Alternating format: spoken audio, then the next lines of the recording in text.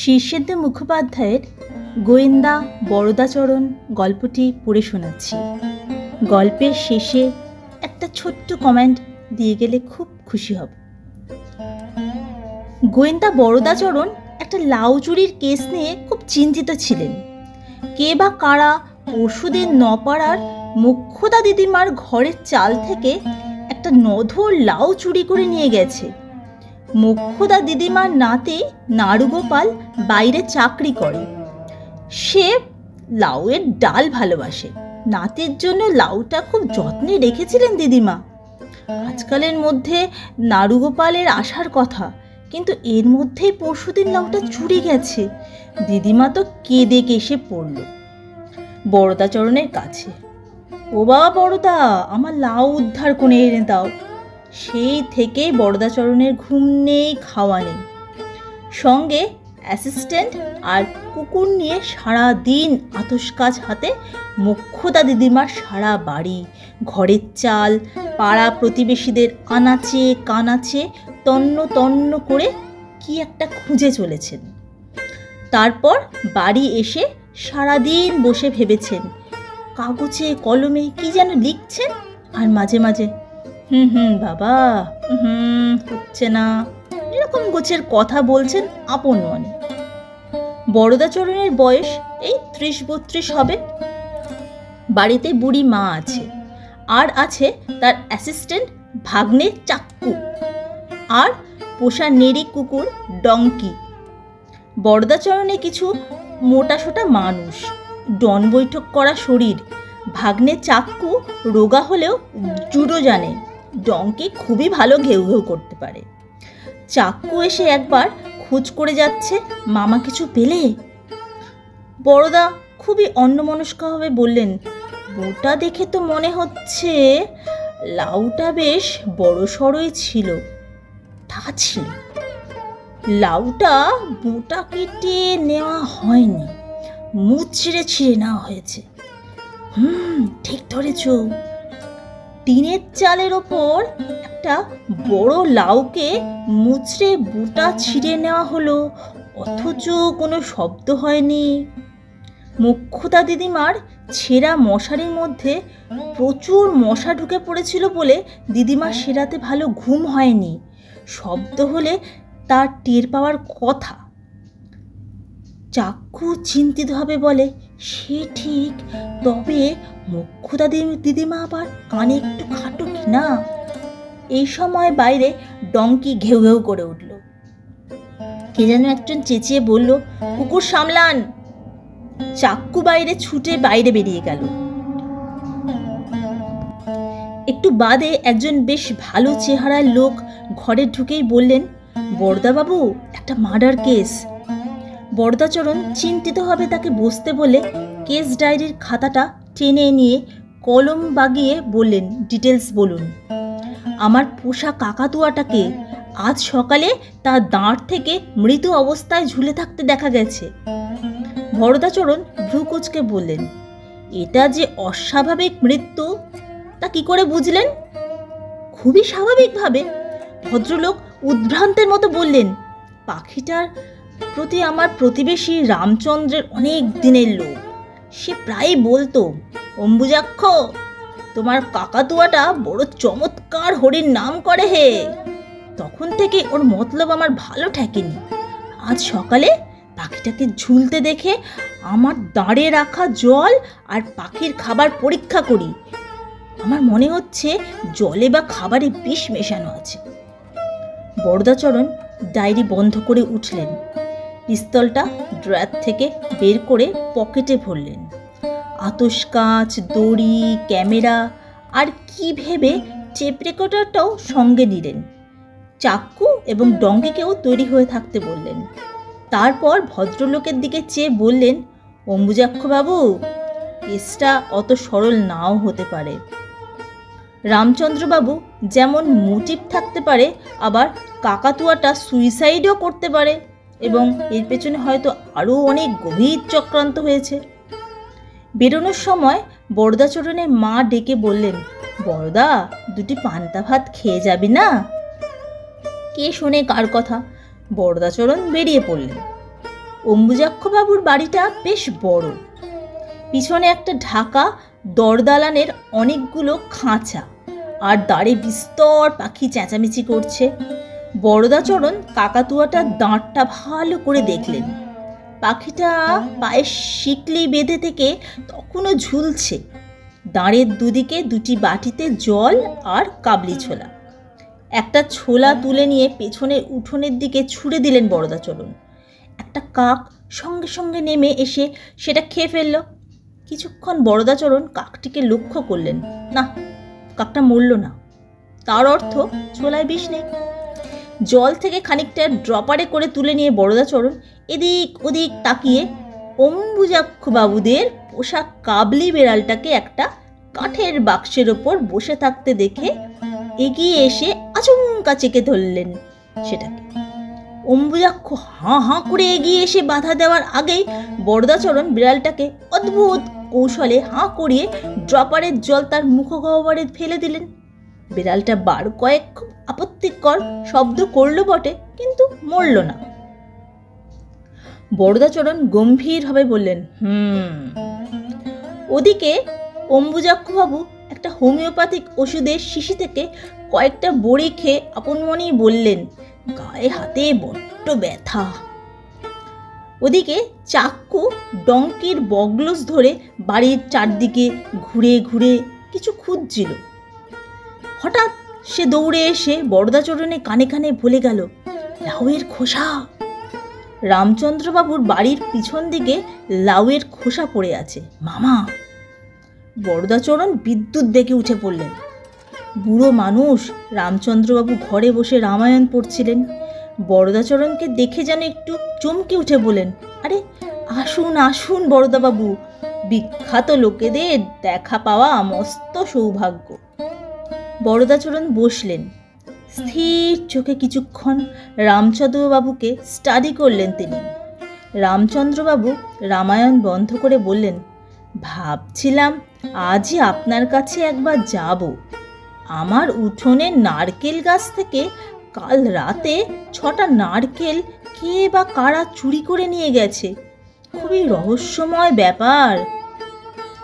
বাইরে থেকে কারো পক্ষে উঠোনে আসা খুবই শক্ত। তবে বলে রামচন্দ্রবাবু খুবই ইঙ্গিতপূর্ণভাবে চুপ করে গেলেন। বরদাচরণ ডায়েরিতে সেটা লিখে নিতে নিতে বললেন, কিছু গোপন করবেন না রামচন্দ্রবাবু?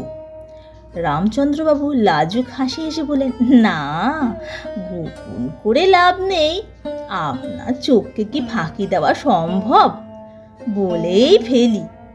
বলে গলাটা নিচু করে বললেন, পাশের বাড়ির অম্বুজটা না মহা নারকেল খোর। 2 বেলা নারকেল খায়, বড়া করে খাচ্ছে, নাড়ু বানিয়ে খাচ্ছে, মুড়ি দিয়ে খাচ্ছে। অমন নারকেল খেতে কাউকে দেখিনি। প্রায় সময় আমাকে বলে, রামচন্দ্রবাবু, আপনার গাছে বিস্তর নারকেল হয়েছে দেখছি। আমার সন্দেহ কাল রাতে। বরদাচরণ খুবই গম্ভীর হয়ে গেলেন। একটু আগেই তিনি অম্বুজাক্ষবাবুকে গায়ে ব্যথার জন্য হোমিওপ্যাথিক ওষুধ খেতে দেখেছেন। গায়ের ব্যথা তো হবেই। এই বয়সে যদি অত উঁচু নারকেল গাছে কেউ ওঠে তবে ব্যথা হওয়াই তো স্বাভাবিক। কিন্তু খুঁজে পেতেও অম্বুজাক্ষবাবুর বাড়িতে নারকেল বা নারকেলের ছোবড়া পাওয়া গেল না। এটাই রহস্যজনক। কারণ নারকেল খাওয়া যার নেশা, তার বাড়িতে নারকেলের চিহ্ন খুঁজে না পাওয়াটা খুবই অস্বাভাবিক। কিন্তু রামচন্দ্রবাবুর বাড়ির পিছনে চাক্কুর কথা মতো লাউয়ের খোসা ঠিকই পাওয়া গেল, পরিষ্কার ক্লু। কিন্তু বরদাচরণ চট করে কিছু করেন না, অপরাধীকে সময় দেন। তাকে যে সন্দেহ করা হচ্ছে তা টেরও পেতে দেন না। মোক্ষদা দিদিমাকে লাউয়ের ব্যাপারে আরো কয়েকটা প্রশ্ন করবেন বলে বরদাচরণ ভর দুপুরে দিদিমার বাড়ি এলেন। প্রশ্নগুলো এইরকম, লাউয়ের রংটা কিরকম ছিল, গাঢ় সবুজ না সাদাটে? লাউয়ের গায়ে এক জায়গায় একটা পোকার গর্ত ছিল কিনা?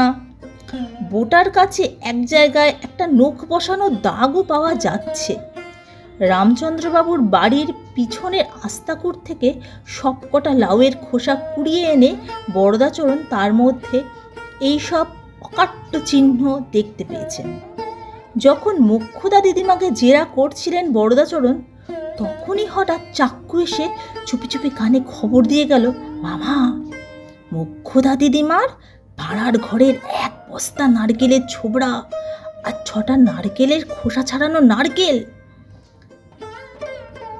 যখন মোক্ষদা দিদিমাকে জেরা করছিলেন বরদাচরণ, মাথাটা ঘুরে গেল বরদাচরণের। কেসগুলো খুবই জড়িয়ে যাচ্ছে, অসম্ভব জটিল হয়ে উঠছে। মোক্ষদা দিদিমার বাড়িতে নারকেলের গাছ নেই, তবে নারকেল বা নারকেলের ছোবড়া আসে কোত্থেকে? ওদিকে রামচন্দ্রবাবুর বাড়ির চুরি যাওয়া নারকেল অম্বুজা বাক্ষবাবুর বাড়িতেও পাওয়া যায়নি। নারকেলের সংখ্যাটাও আশ্চর্যজনকভাবে মিলে যাচ্ছে। ভাবতে ভাবতে বরদাচরণ উঠে পড়েন। পকেট থেকে পিস্তল বের করে দেখে নেন 6টা চেম্বারি গুলি ভর্তি আছে কিনা। রাস্তায় পা দিতেই একটা গাড়ি সামনে ঘাস করে এসে থামল। গাড়ির ভিতরে এক সম্ভ্রান্ত ভদ্রলোক। তিনি হাত জোর করে বললেন, আসুন, বিখ্যাত গোয়েন্দাকে বাড়ি পৌঁছে দিয়ে ধন্য হই। বরদাচরণ উঠলেন। চাক্কু আর ডঙ্কি উঠলে সামনের সিটে। অচেনা ভদ্রলোক গলা নিচু করে বরদাচরণকে বললেন, একটা খুবই রহস্যজনক কাণ্ড ঘটে গেছে। কাল আমার একটা বুড়ো কাকাতুয়া মারা গেছে। খুবই প্রিয় ছিল পাখিটা আমার, কিন্তু ঠিক করেছিলাম পাখিটার মৃতদেহ একটা ভালো জায়গায় কবর দিয়ে ওপরে একটা চমৎকার সমাধি তৈরি করে দেব। কিন্তু বিপদ হলো, কাকাতুয়াটার মরদেহ একটা লাইলনের ব্যাগে ভরে বাইরে বারান্দায় রেখে গতকাল আমি ড্রাইভারকে গাড়ি বের করার কথা বলতে গিয়ে ফিরে এসে দেখি ব্যাগটা নেই। কি সাংঘাতিক কাণ্ড বলুন। কেটা যদি আপনি নেন এই কেসটা। বরদাচরণ সবই টুকে নেন ডায়েরিতে। গম্ভীরভাবে বলেন, কাকাতুয়ার কেস 2টো হলো, তাহলে আশ্চর্য বলে দুশ্চিন্তিত বরদাচরণ বাড়ির সামনে নেমে গেলেন। দুপুরে খুবই অন্যমনস্কভাবে খেতে বসেছেন বরদাচরণ। কি কাটছেন তা বুঝতেই পাচ্ছেন না। লাউ, কাকাতুয়া, নারকেল সব জট পাকিয়ে আছে মাথায়। তার মা বললেন, ও বড়দা, লাউঘণ্ট দিয়ে আর 2টো ভাত মাখ। লাউঘণ্ট কথাটা বরদাচরণের মাথার মধ্যে 2-1বার টং টং করে শব্দ করল। প্রায় তিনি লাউঘণ্ট খান, কাজে বিস্মিত হওয়ার কিছু নেই। হঠাৎ বরদাচরণ চমকে উঠে বললেন, লাউঘণ্ট? লাউ এলো কোথা থেকে? আমি তো আজ বাজার থেকে লাউ আনিনি। মা বললেন, তুই আনবি কেন? কাল চাক্কু লাউটা হাতে করে এনেছে। ওর কোন বন্ধুর বাড়িতে নাকি অনেক লাউ হয়েছে, তারা দিল। নিজের পাতের দিকে ভালো করে চেয়ে দেখলেন বরদাচরণ। লাউঘণ্টের পাশে 2টো বড়া পড়ে আছে। উঠে গিয়ে আতস কাচ নিয়ে এসে বড়াটা নিবিষ্টভাবে দেখছেন। মা বললেন, কি দেখছিস? ও তো নারকেলের বড়া। 6টা নারকেল এনেছিল চাক্কু।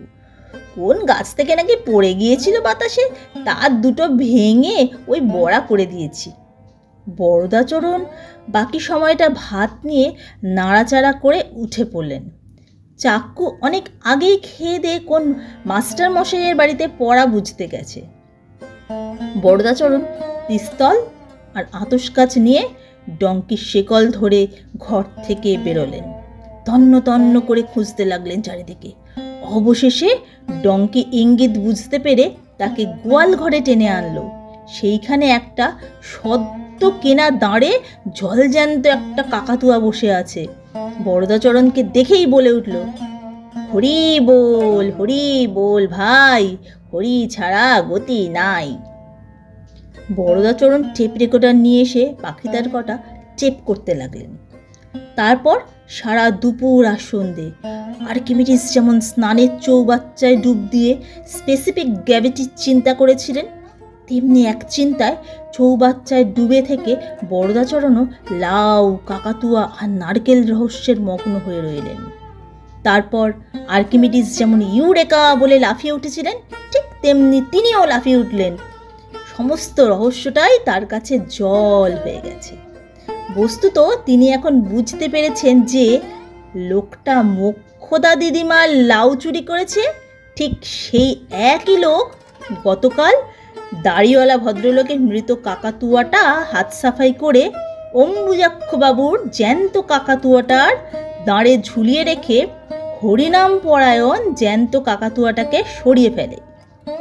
আবার সেই লোকটাই কোনো এক অজ্ঞাত কারণে রামভক্ত রামচন্দ্রবাবুর নারকেল গাছের 6টা নারকেলও গোপনে নামিয়ে নেয় এবং ওই একই অপরাধী প্রমাণ লোপের চেষ্টা এবং তদন্তকে বিভ্রান্ত করার জন্য বরদাচরণকে রামচন্দ্রবাবুর বাড়ির পিছনের লাউয়ের খোসার সন্ধান দেয় এবং মোক্ষদা দিদিমার বাড়িতে নারকেলের ছোবড়ার অস্তিত্বের কথা ফাঁস করে দেয়। বেশ রাত হয়ে গেছে, সবাই গভীর ঘুমে। বরদাচরণ পিস্তল হাতে নিয়ে চুপিসারে পাশের ঘরে এসে অন্ধকারে চেয়ে রইলেন। আবছা দেখা যাচ্ছে, দিদিমার বুক ঘেঁষে শুয়ে চাক্কু ঘুমাচ্ছে। একটা দীর্ঘশ্বাস ফেললেন গোয়েন্দা বরদাচরণ। না, এক্ষুনি তিনি কিছু করবেন না। অপরাধীকে তিনি সবসময় আরও সুযোগ দেন, তাতে অপরাধীকে যে সন্দেহ করা হচ্ছে তা সে বুঝতে পারে না এবং এইভাবেই সে একদিন নিজের অপরাধের জালে ধরা পড়ে যায়। পিস্তল নামিয়ে গোয়েন্দা বরদাচরণ ফিরে এলেন নিজের ঘরে। তিনি এখন নিশ্চিতভাবে জেনে গেছেন কে অপরাধী। অপরাধী আর কেউ নয়, অপরাধী হলো